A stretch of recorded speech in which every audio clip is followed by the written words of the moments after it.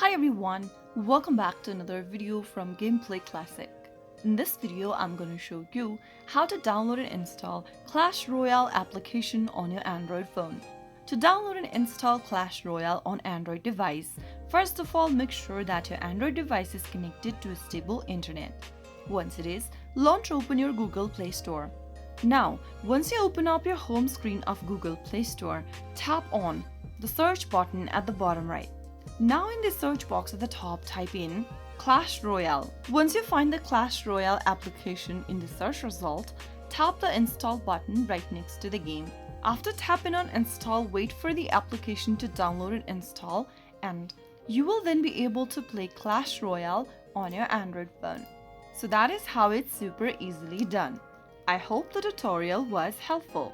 If it was, make sure to give us a thumbs up and subscribe to Gameplay Classic for more Clash Royale tips and tricks.